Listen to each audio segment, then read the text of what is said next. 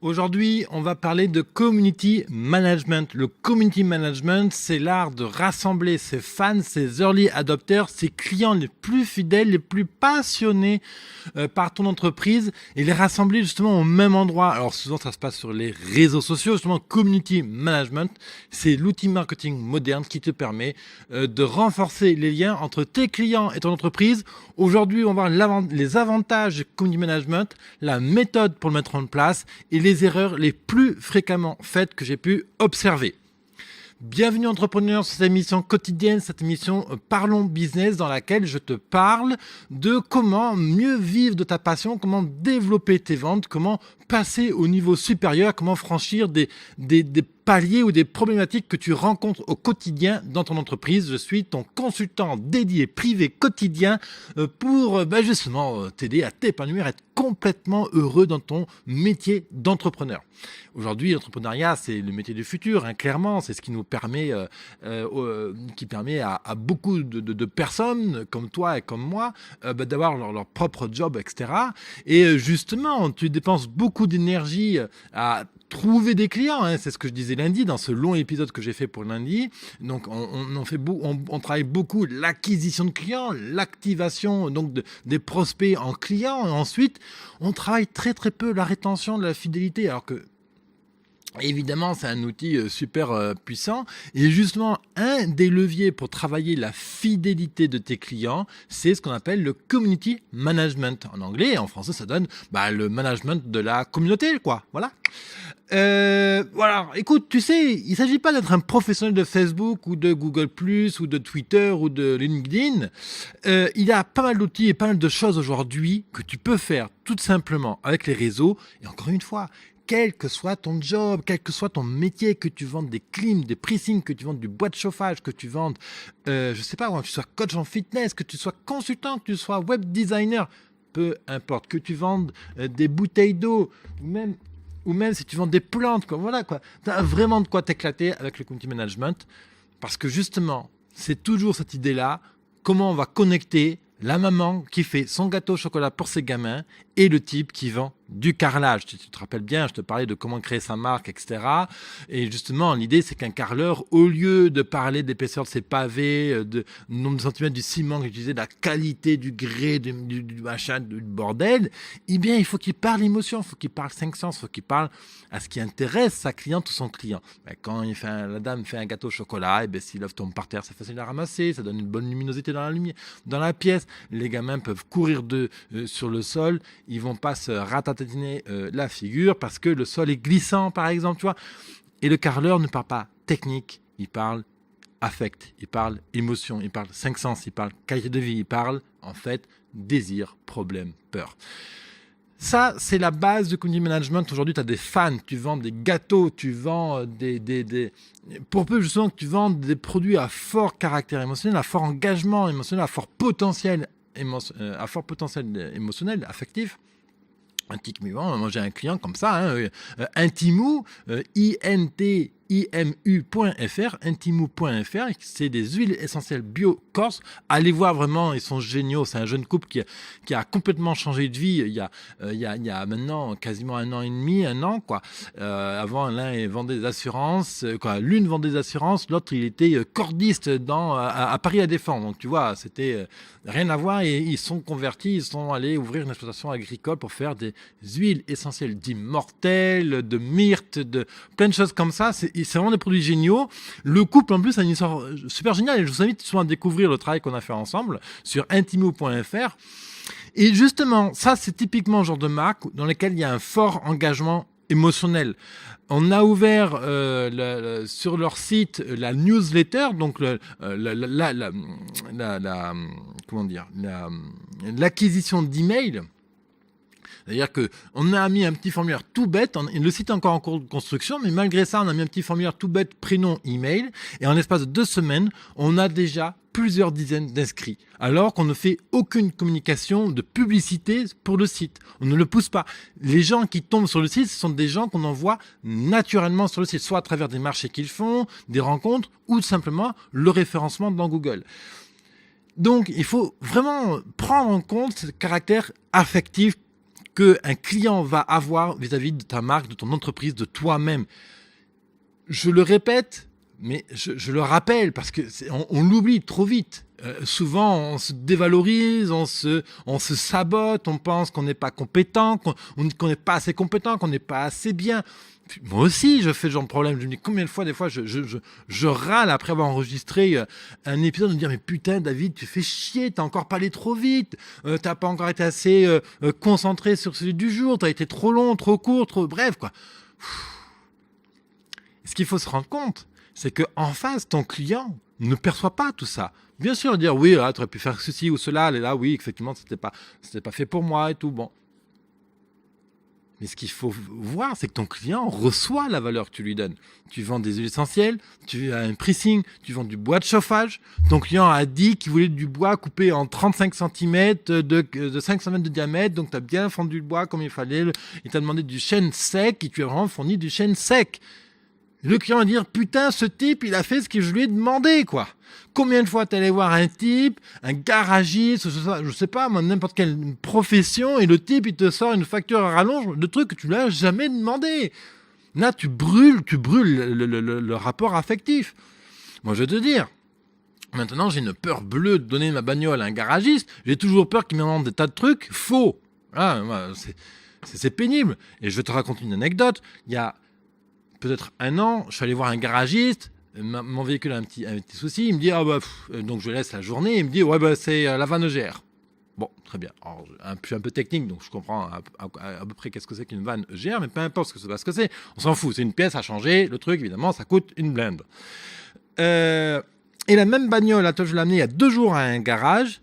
Et il me dit, la vanne EGR, elle marche, on l'entend, mais il y a le débitmètre qui pose problème, machin, voilà. Voilà. Alors, le type, avant, il avait testé la bagnole ou pas? Tu vois l'idée, quoi? C'est l'ancien garage, je veux dire, il est cramé, c'est fini, je vais plus le voir. Il a brûlé le peu de quota de confiance que je pouvais lui accorder.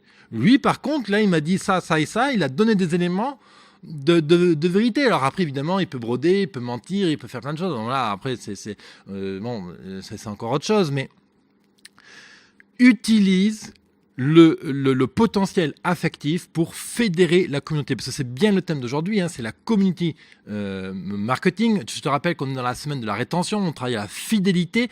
Cette semaine-là, c'est vraiment tout ce thème-là qu'on travaille.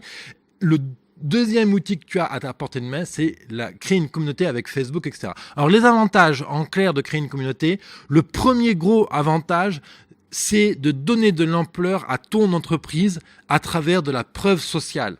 La preuve sociale, exemple le plus simple pour que tu comprennes qu'est-ce que c'est. Tu es avec ta femme, ton mari, vous sortez, il fait bon, là, tu vois, on est en septembre, donc il y a une petite brise, la température est agréable, tu te balades dans le centre-ville d'Aix, en plus c'est magnifique, si tu connais pas, je t'invite à venir t'y balader. Et là, vous vous baladez, bras dans les bras, chérie, quel restaurant tu veux choisir, machin. Et puis là, vous avez 3-4 restaurants. Il y en a un qui est vide, un qui est plein. Lequel vous allez choisir? Il est très probable que vous allez choisir le restaurant qui est plein. En fait, ça s'appuie sur un réflexe biologique. Alors, je ne vais pas te l'expliquer en détail, j'ai déjà expliqué à plusieurs reprises dans les différents épisodes, mais l'idée, c'est la preuve sociale. Il y a d'autres personnes qui ont choisi ce restaurant-là. Si madame et monsieur ont déjà choisi ce restaurant-là, c'est que ce restaurant, il est bon. On appelle ça une triangulation.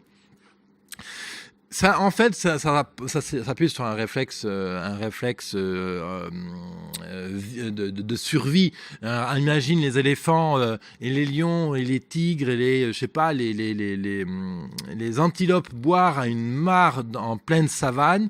Et là, tu observes, tu es l'antilope justement, et là, bon, il y a un endroit pour boire. Et tous les éléphants, tous les antilopes, etc. boivent au même endroit. Et l'autre côté de la rive, curieusement, c'est vide, il n'y a que dalle. Il n'y a personne qui va boire. Où est-ce que tu vas aller boire, à ton avis? Tu vas aller boire là où tout le monde boit, justement. Tu te dis que si ces individus-là boivent à cet endroit-là, c'est que c'est moins dangereux l'endroit qui est vide. Voilà, et ça, c'est la preuve sociale justement sur un groupe Facebook. Faut jamais sous-estimer cet aspect-là, hein. Il est extrêmement puissant. Tu as un ensemble de gens qui discutent. Ah ouais, moi j'ai acheté les huiles essentielles de machin. Ah ouais, j'ai fait ça avec. Oh putain, fantastique. Ma peau, elle est toute douce maintenant. Ah ouais, par contre, j'ai ce problème-là. J'ai un petit problème sur le flacon, machin. Et puis derrière, tu as réagi. Ah oui, vous avez un problème sur le flacon, monsieur. Ah, ok, très bien, mais pas de souci. Appelez-nous, on va vous le remplacer. Voilà. On crée de la preuve sociale. Il y a du monde qui achète les produits compagnie. Ça rassure. La madame qui achète ses produits, qui va sur cette communauté-là, qui interagit et qui voit qu'il y a du monde qui réagit, qui discute régulièrement. On n'est pas obligé que ça discute tous les jours, hein. Ça peut être une communauté, il y a toutes sortes de rythmes au niveau des communautés, hein. Ça, c'est pas le problème. L'idée, voilà, c'est qu'on montre qu'il y a du mouvement et ça rassure. Toujours cette histoire de restaurant vide, restaurant plein. Deuxième avantage, c'est qu'un client inscrit dans ta communauté est beaucoup plus attentif aux évolutions de ton entreprise, de tes produits, ce que tu lui proposes. Aux nouveautés, aux nouvelles étiquettes, aux nouveaux formats. Pardon. Dis donc. L'idée, c'est que voilà, un client qui va être inscrit, tu vas pouvoir lui communiquer beaucoup plus facilement et atteindre beaucoup plus facilement. Il faut que je ralentisse, tu vois, moi, c'est un de mes défauts que j'ai, c'est que je parle beaucoup trop vite et ça me... Si tu savais combien de cheveux je m'arrache tous les jours par rapport à ça. Troisième avantage. Ça permet donc une identification émotionnelle plus forte entre ton client et ton entreprise. Je l'ai déjà dit, mais là, ce qu'il faut bien comprendre, c'est qu'un client qui est dans ton groupe, un client qui s'abonne à ta communauté, c'est un client qui, en règle générale, va manifester en fait son engagement émotionnel. Et ce qu'il faut comprendre, c'est que cette personne-là, il y a de fortes chances que ce soit un ambassadeur, comme on dit, c'est-à-dire que ce soit un type qui recommande ton produit auprès des autres, un prescripteur, que ce soit quelqu'un donc qui va vraiment développer le bouche à oreille. Si tu as, mettons, une base de 1000 clients à l'année et que ton groupe, il tourne en moyenne sur 250 clients qui sont inscrits à ta communauté, tu peux considérer que ces 250 clients-là sont vraiment des ultra fans de ton produit. Donc, il faut vraiment les booster et les pousser, les inciter à parler de toi autour d'eux, parce que c'est eux les plus convaincus et ça peut vraiment se faire un noyau d'expansion de tes ventes. Autre avantage de la communauté, tout simple, c'est obtenir du feedback, obtenir des retours d'expérience utilisateur, de nourrir la recherche et développement de ton entreprise. Profite de ça pour envoyer du sondage, collecter des avis, qu'est-ce qu'ils ont pensé, comment ils trouvent le produit, est-ce qu'ils ont compris comment ça marchait, est-ce que c'est facile à ouvrir, à mettre en œuvre, est-ce qu'ils trouvent ça trop gras, trop sec, trop ceci, trop cela, trop machin. Envoie du sondage, ils seront heureux de participer et de t'aider. Autre avantage, ça permet de communiquer beaucoup plus simplement avec un budget infiniment moindre. Quand tu fais une communauté sur Facebook, par exemple, et admettons que tu aies 250 membres dans ta communauté, ou 10 000 membres, ou 100 000 membres, l'idée, c'est quand tu mets un post, quand tu publies une nouvelle photo, une vidéo, un truc, un machin dans ta communauté, automatiquement, vraiment, les posts vont avoir ce qu'on appelle un reach, donc le nombre de personnes qui vont voir ce post-là très élevé. Parce que c'est des gens qui sont très intéressés par ce sujet-là. Donc, Facebook va vraiment propager de manière très, très intéressante les publications que tu fais. Donc, ce qui fait que même si tu devais mettre un peu de budget en euros dedans pour aider cette pub à vraiment bien atteindre toutes les personnes dans le réseau, le coût est vraiment minimal par rapport à si tu devais cibler des personnes qui ne te connaissent absolument pas. Autre point, c'est que ça réduit aussi les freins à la communication. Alors, qu'est-ce que je veux dire par là ? Quelqu'un qui est dans ta communauté, c'est quelqu'un qui est déjà à l'écoute. Il dit « Je m'abonne parce que je suis à l'écoute de ce que tu vas me raconter prochainement. » C'est ça qu'il dit. Hein. « Je m'abonne à ta communauté parce que je suis dans l'attente d'un besoin que je cherche à régler. » On en parlera juste dans 2 minutes justement dans comment créer une communauté. Et justement, donc, comme cette personne est à l'écoute, est en demande d'informations, tout ce que tu vas lui envoyer sur le réseau social, sur la communauté, il va le recevoir à 100%. Donc, ça réduit les freins, ce qu'on appelle les freins psychologiques. Quand tu vois une pub dans la rue, dans la télé, machin, tu te dis « Ah putain, c'est encore une pub !» Est-ce que je la regarde, est-ce que je la regarde pas ? Mais tu as déjà cette question, ce frein dès l'entrée. Est-ce que c'est une pub, est-ce que je la regarde ? Voilà, alors là, le type, il sait que c'est une communication soit directe, explicitement commerciale ou juste informative, mais il va la regarder, il a déjà manifesté un intérêt, il est en attente de cette communication-là. Évidemment, ça je résume, quelqu'un qui est abonné à ta communauté, à ton groupe, c'est quelqu'un qui va parler de toi plus facilement. Et puis bien sûr, ça permet aussi de faire des effets de buzz. Quand tu as une vraie communauté de fans qui sont dans ton groupe et que tu organises un événement de buzz, soit par rapport à un événement, un anniversaire, tu veux fêter quelque chose dans ton groupe, tu veux, je sais pas moi, voilà, tu as un nouvel enfant, j'en sais rien, tout ce qui peut passer par la tête, tu appuies sur le bouton communauté, twink, parlez de ça, ça fait le buzz, faites le buzz aujourd'hui, voilà, et hop, tu organises tout ça, bien sûr, il faut un minimum de technique pour ça, il faut organiser le buzz, ok, mais tu as une base d'appui pour ça, Ok, alors, faut bien comprendre que c'est pas une sorte de coût, mais que le community management, c'est un investissement de long terme et qui paye très très très bien. Alors, comment on met en place une community management? Juste avant, si tu n'es pas encore abonné à la chaîne YouTube, je t'invite à t'abonner, à mettre un pouce en l'air si tu aimes cette vidéo et je t'invite à découvrir d'autres vidéos aussi de cette semaine où je parle justement de rétention, de fidélité, etc. Pour compléter un peu cet épisode-là. Alors, premier point, pour mettre en place une community management, il te faut identifier les marqueurs émotionnels. C'est un peu savant. Marqueur émotionnel, ça veut dire sur quoi tu vas faire reposer le groupe, sur à quels éléments tes clients s'identifient, à quels éléments tes clients adorent dans ton entreprise, par quoi ils sont passionnés, qu'est-ce qui les passionne dans ton travail. Est-ce que c'est la taille de la maison que tu as construite, le nombre de terrains que tu fais, la précision du travail, le goût de tes produits, la qualité de ton pressing, la précision quand tu installes les clims, j'en sais rien, quoi. Qu'est-ce qui fait que tes clients sont redevables de travail? Qu'est-ce qui fait qu'ils apprécient ton travail? Quels éléments, quels vecteurs affectifs ils aiment te transmettre?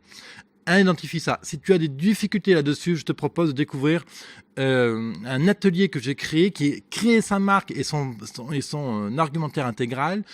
Cet atelier, créer sa marque, permet vraiment de prendre conscience de tous les éléments auxquels tes clients vont se rattacher. Souvent on dit mais ouais mais moi je suis banal, je suis normal, j'ai rien de spécial à raconter, je sais pas quoi dire, je suis comme Monsieur Martin en face. Enfin, moi je pense que c'est faux. Moi je pense que tu as des vraies valeurs sur lesquelles tes clients aiment parler, ils aiment des trucs qui te sont vraiment spécifiques, uniques, mais tu n'en es pas encore conscient. Je t'invite tout simplement à aller voir la vidéo. On peut cliquer sur le i comme info ou en bas, c'est sur biz200.fr/go/marque. biz200.fr/go/marque. Tu vas voir, il y a une vidéo à l'autre bout qui t'explique comment créer sa marque et pourquoi c'est important de créer sa marque. L'idée, c'est de fonder ta communauté sur les besoins futurs de tes clients. Tu fondes ta communauté sur les besoins futurs de tes clients. Il te faut anticiper ce point-là. Comme ça, tu vas pouvoir engager davantage d'effets commerciaux et donc de génération de chiffre d'affaires derrière. Deuxième point, tu invites tous tes clients à te suivre systématiquement sur les réseaux sociaux, que ce soit par email, que ce soit par Facebook, que ce soit par publicité payante, que ce soit sur la carte de visite, les flyers, les marchés, etc. Si tu fais les marchés, que tu vends des produits, des bouteilles, que tu vends du vin, que tu vends des fleurs, tu vends des plantes comme ça, tu mets une étiquette. Vous aimez la pépinière XYZ, suis-nous sur la page Facebook, des conseils tous les jours pour entretenir vos plantes. Voilà.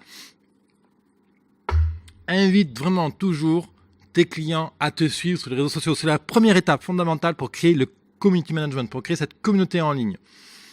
Tu peux dire littéralement, chaque fois que je vends une plante, c'est un like sur Facebook. Chaque fois que je vends une plante, c'est un type qui me suit sur Facebook. Tu peux dire, chaque fois que je vends une bouteille de vin, c'est un type qui me suit sur Facebook. Tu peux avoir ce challenge, c'est super motivant.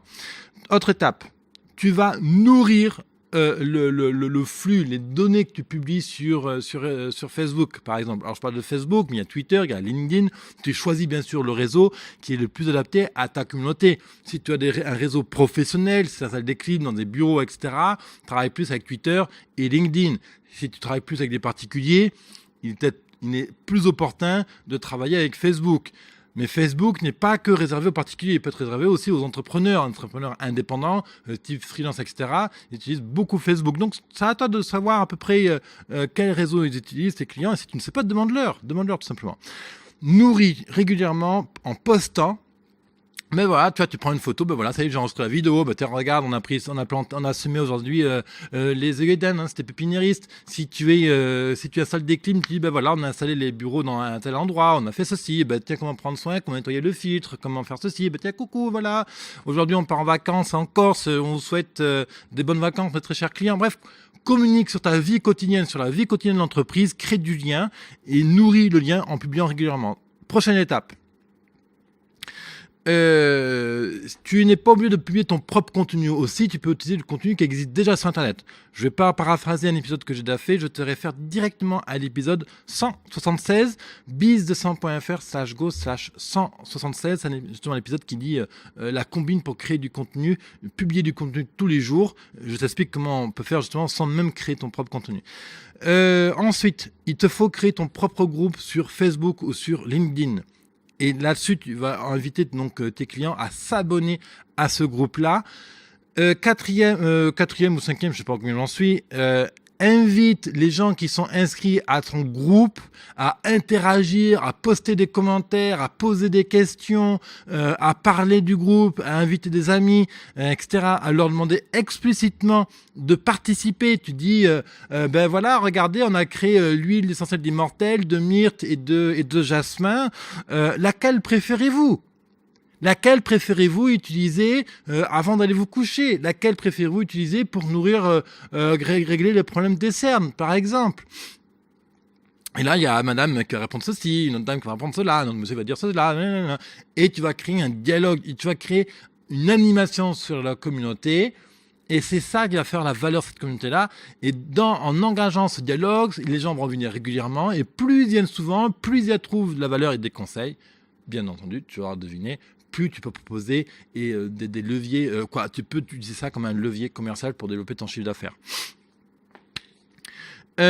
Tu publies toutes sortes de petits événements. Je reviens sur le contenu. Tu peux parler de quoi publier sur ce groupe-là. Donc des blagues, des photos, tes erreurs, tes succès, des mini-vidéos, des liens utiles pour utiliser tes produits.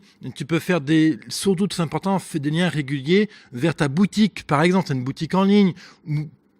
Tout et pour tout, propose ce qu'on appelle des appels à l'action. Invite les membres de cette communauté à acheter des produits, ça, à te rendre visite dans ta boutique, à te déposer les habits parce que tu as un pressing, à te passer un coup de fil pour régler un problème de clim. Invite activement et régulièrement les membres de cette communauté à te passer un coup de fil, à passer à l'action. Pas toujours forcément dans un but de dépenser de l'argent, mais pour toujours laisser en tête comment dire, il faut vraiment habituer ta communauté à ce que tu lui mettes régulièrement des appels à l'action. Si tu ne proposes jamais d'appel à l'action à ta communauté et que le jour où tu en proposes un, pour peu en plus que derrière ça il y a une offre commerciale, ils vont dire mais qu'est-ce qu'il croit celui-là ? Il croit qu'on est sur le groupe là pour acheter des trucs, pour faire sa promo et machin. Non mais c'est ouf toi là, non ? Bon. Si du jour au lendemain tu proposes une offre commerciale, tu auras des réactions très fortes de frustration et c'est pas le but. Donc pour éviter ce genre de réactions très fortes et qui sont contre-productives, parle et propose régulièrement des appels à l'action, soit vers des offres commerciales et souvent vers des offres non commerciales, pour simplement habituer tes membres à avoir des actions, des incitations de passage à l'action. Mets aussi à jour ton site internet. Si tu as un blog, un site internet, parle massivement sur ton site internet et incite les gens qui visitent ton site internet à rejoindre la communauté, à découvrir la communauté. Il faut vraiment faire un pont dans les deux sens. Tu vends un produit, propose ce produit d'aller voir la communauté, de s'inscrire à la communauté. Et sur ton site internet, propose aussi les visiteurs d'aller voir la communauté. Très important d'avoir un lien à double sens. Il faut que le lien soit vraiment évident. Ensuite, donne de la visibilité aux membres de ton groupe. Si par exemple tu vends des huiles essentielles bio et que donc forcément les gens qui sont dans ta communauté sont des gens qui sont super fans de ce que tu proposes. Ok ? Propose-leur de donner leur témoignage. Sylvie, tu as utilisé l'huile essentielle, donne-nous ton témoignage, comment ce produit a été utile pour toi, qu'est-ce qu'il a fait de bien pour toi, puis n'hésite pas bien sûr à donner tes critiques, tant que la critique est constructive, nous on la prend, donc incite-les vraiment, c'est l'humilité, et là la cliente va dire, bah ouais, moi j'ai acheté ça, ceci, j'ai fait ça comme ça, pour telle raison, tel truc, tel machin, et j'ai été contente parce que ci, parce que ça, et ça c'est génial, c'est la super preuve, c'est de la preuve sociale en béton armé, ça vaut n'importe quelle pub, ça vaut n'importe quel budget de com que tu pourras mettre en œuvre. Donc, fais contribuer et donne de la visibilité en parlant d'eux. Sylvie, je recueille témoignages de tes clients et dis, ben voilà, Sylvie pense ceci dans notre produit, Sylvie a fait cela, voilà, Sylvie est comme vous et elle fait ceci.